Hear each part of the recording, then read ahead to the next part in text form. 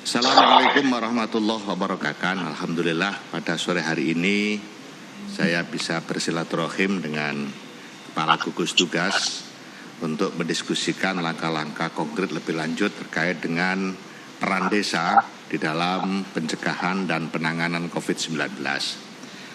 Puji syukur Alhamdulillah sampai hari ini pelaksanaan Peraturan Menteri Desa nomor 6 tahun 2020 yang memuat 3 hal.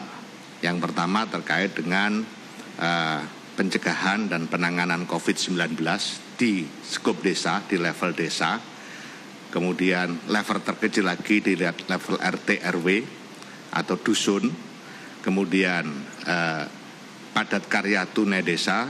Dan yang ketiga, sebagaimana sudah banyak dimaklumi, terkait dengan dana desa bisa digunakan untuk bantuan langsung tunai sesuai dengan arahan Bapak Presiden. Nah, pada sore hari ini saya ingin melaporkan terkait dengan progres terbaru pencegahan dan penanganan COVID-19 di tingkat desa. Sebagaimana sudah dimaklumi bahwa tiap desa sesuai dengan Permendes diharuskan untuk membentuk relawan desa lawan COVID-19 dengan tugas pencegahan penanganan COVID-19. Relawan terdiri atas kepala desa langsung sebagai ketua, kemudian wakilnya ketua BPD untuk memudahkan koordinasi. Anggota relawan seluruh komponen kekuatan di desa harus masuk, seperti disinggung Pak Kepala Gugus Tugas tadi, antara lain ketua RT, RW, remaja, Karang Taruna, PKK, perangkat desa, tokoh agama, tokoh adat, tokoh masyarakat harus masuk digaungkan oleh Bapak Presiden agar permasalahan yang kita hadapi hari ini akan mudah selesai ketika kita tangani dengan cara bergotong royong. Dan itu salah satu filosofi gaya hidup yang hanya dimiliki oleh bangsa Indonesia. Modal dasar utama yang harus kita kembangkan terus. Kemudian yang perlu juga saya laporkan, Alhamdulillah pada kesempatan data terbaru siang hari ini ada 40.000 desa atau sekitar 53% yang sudah membentuk relawan desa lawan COVID-19. Tentu 40.000 desa ini memang masih dalam proses, utamanya di basis-basis yang hari ini sedang menghadapi situasi. Sementara 47% lainnya masih terus berproses dan tiap hari kita melakukan pemantauan, evaluasi dan pengawasan terhadap pelaksanaan pembentukan relawan. Kemudian di dalam salah satu tugas relawan adalah membentuk pos jaga desa. Pos jaga desa ini satu hal yang sangat penting hari ini untuk memantau mobilitas warga desa, baik warga desa yang dari dalam maupun keluar. Kita semua maklum bahwa satu hal yang betul-betul harus diperhatikan hari ini adalah social distancing atau physical distancing, termasuk mobilitas daerah yang dituju. Nah, pos jaga desa ini sangat penting dalam konteks untuk melakukan pemantauan warga desa yang keluar maupun warga desa yang dari luar.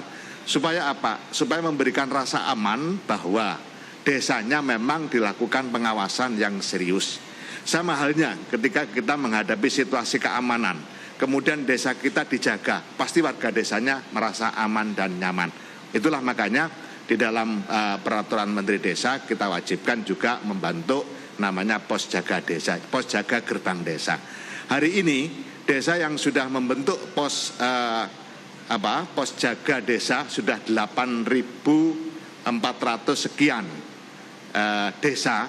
Bagi pendataan pemudik yang datang dari rantau itu sudah dilakukan oleh 31.615 desa, atau dengan kata lain 42% desa di Indonesia sudah melakukan aktivitas, melakukan pemantauan terhadap pemudik.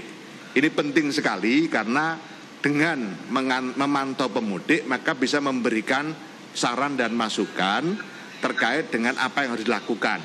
sebagaimana ditetapkan oleh BNPB, oleh Kepala Gugus Tugas bahwa pemudik atau siapapun dari rantau ke desa langsung berstatus ODP.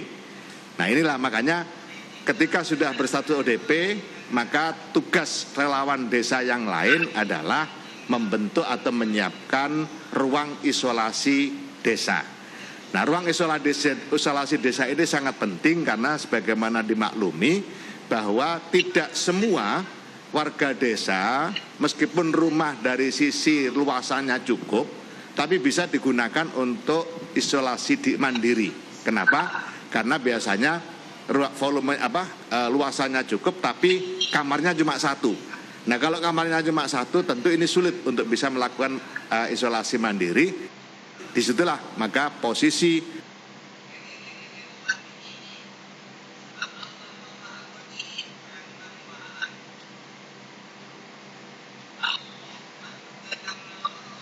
alhamdulillah hari ini desa yang sudah menyiapkan ruang isolasi untuk kepentingan ODP yang datang ke desa dengan segala fasilitas yang tersedia, itu ada 8.954 desa dengan fasilitas kurang lebih 35.000 tempat tidur.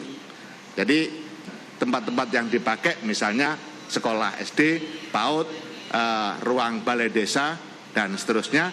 Sedangkan untuk desa yang sudah melakukan penanganan ODP, dari 8.954 desa tadi sudah menangani 24.519 ODP. Itu artinya aktivitas desa sudah cukup bagus di dalam konteks untuk mempersiapkan diri dan menuju, saya katakan menuju, sebagaimana disampaikan oleh Bapak Kepala Gugus Tugas tadi, menuju desa mandiri di dalam pencegahan dan penanganan COVID.